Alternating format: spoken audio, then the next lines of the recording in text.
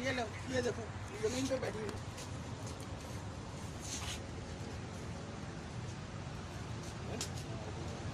अभी रात को 2 बजे पुलिस वाले पुलिस वैन में डाले में आए हैं 8 बंदे, और वो मेरे गेट के ऊपर से एक तो चढ़ के पार हुआ है, फिर उन्होंने डाला मारा, मेरा गेट तोड़ दिया और अंदर आए हैं देखने के लिए कि जी वलीद इकबाल है या नहीं। ना उनके पास कोई वारंट, ना उसने कोई जुर्म किया है, ना कोई लेनी ना देनी, और ये भी अल्लाह का मेहरबानी है कि वो तो घर में है ही नहीं, वो इस शहर में नहीं, ना या वहाँ रहता है। वो तो आपको पता है कि इस्लामाबाद में होता है। मुझे तो अपना पता, इन्होंने आके मेरा दरवाजा जोर जोर से, इनको क्या जरूरत थी कब मेरे घर के अंदर आने की। दाखिल हुए? हाँ जी, अंदर दाखिल होके लाउंज में, फिर बेडरूमों में गए हैं, तीनों चारों में से मेरा दरवाजा जोर जोर से जब किया, मैं तो एकदम से डर गई। तो इस तरह नहीं करना चाहिए, थोड़ी सी शराफत दिखाएं।